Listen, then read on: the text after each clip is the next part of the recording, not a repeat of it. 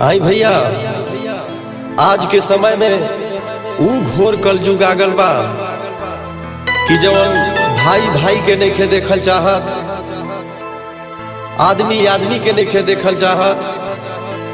बताई इतना अत्याचार जब मनुष्य के भीतर ही रही तई जीवन कैसे सफल होई। आज नारी के भी कोनो कदर नइखे, नारी के भी हत्या बलात्कार चालू बा भैया। तई इस समय बहुत विकराल बा, इस समय के समझी। और आई हम छोटू जदवंशी अपने गीत के माध्यम से आप लोग के बीच में इस समस्या के रखतानी और समाधान जरूर मिली।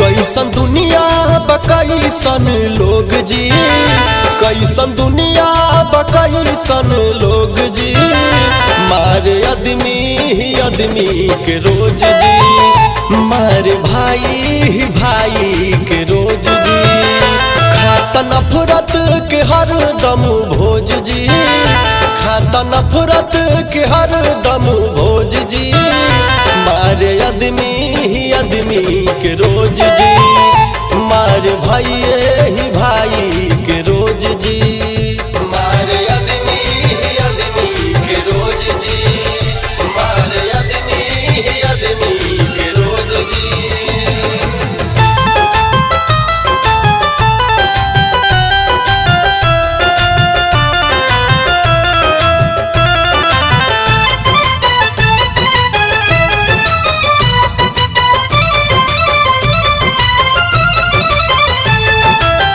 पहले भाई भाई के भैया समझे हो, एह घरी भाई भाई के काटे गढ़ से हो।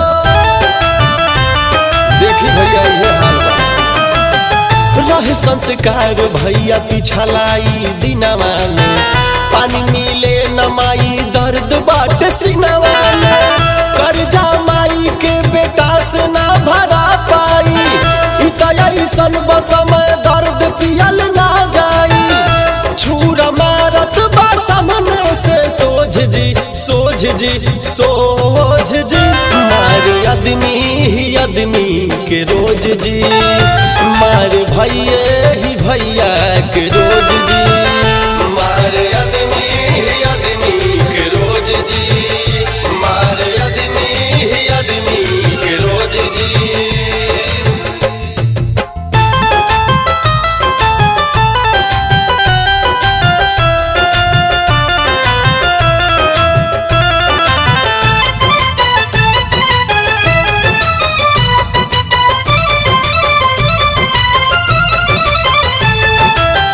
रावण कंस पापी बाटे ना जनल जा, आज हर घर रावण कंस बा न मनल जा, आज हर घर में रावण और कंस बा भैया।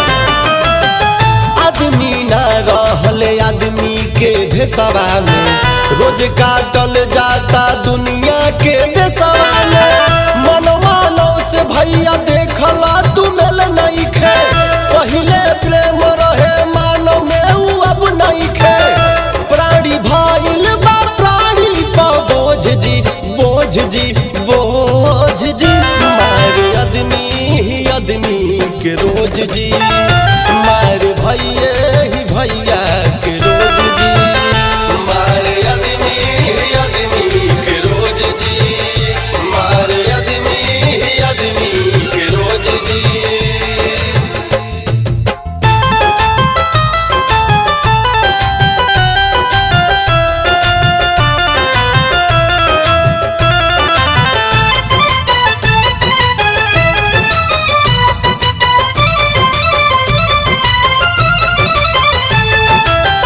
कोट कचहरी थाना पाप डकटरिया बा, गलत सोझ गंदा मन के गठरिया बा, गंदा विचार सबका भीतर समा गई बा भैया। जीवन एक बार मिलल फिर न मिली हो, पाप और घमंड के मकान कहियो हिली हो। कर्म कमाई के फल भैया मिल जाई, काशी मथुरा गंगा जमुना में भला ही नहाई। छोटू जदुवंशी के हाई है खोज जी, खोज जी, खोज जी। मार आदमी ही आदमी के रोज जी, मार भाई